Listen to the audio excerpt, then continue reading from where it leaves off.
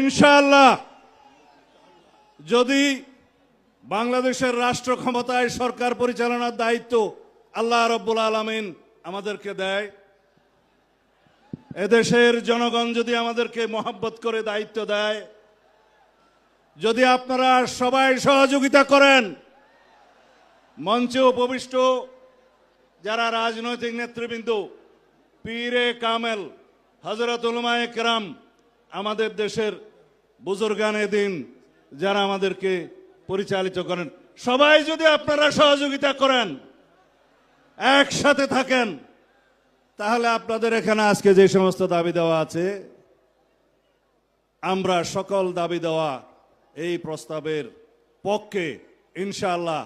কানুনি ব্যবস্থা, আমাকে শেষ করতে দিবেন তো, আমাকে শেষ করতে দিবেন তো। কানুনি সকল ব্যবস্থা জাতীয় সংসদে আলাপ আলোচনার মাধ্যমে গ্রহণ করা হবে ইনশাআল্লাহ।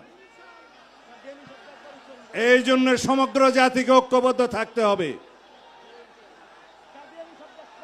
যাই হোক, আপনারা যে এই ভাষায় আমাকে কথা বলতে বলছেন, সেটা আইনের ভাষা না। আইনের ভাষা হচ্ছে এগুলো কার্যকর করার জন্য, এই প্রস্তাব গ্রহণ করার জন্য সবাইকে ঐক্যবদ্ধ থাকতে হবে, জাতীয় সংসদে সবাইকে ঐক্যবদ্ধ থাকতে হবে এবং সারা বাংলাদেশের মুসলমানদেরকে ঐক্যবদ্ধ থাকতে হবে। আমরা ইনশাআল্লাহ আপনাদের এই প্রস্তাব গ্রহণ করব।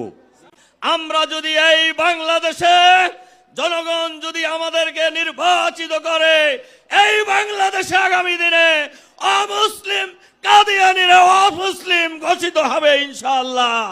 আর সাথে সাথে আমরা 53 বছর দেখেছি বারবার উলামায়ে কেরাম এবং মুসলমান আমরা রাস্তায় এসেছি।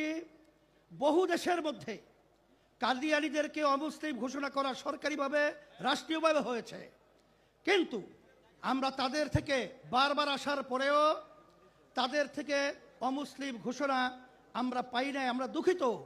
এর জন্য আমি সকল কৃতজ্ঞতা আহ্বান জানাবো। 5ই আগস্টের পরে বাংলাদেশের ভিতরে ইসলামের উত্থানের একটা সুযোগ এসেছে।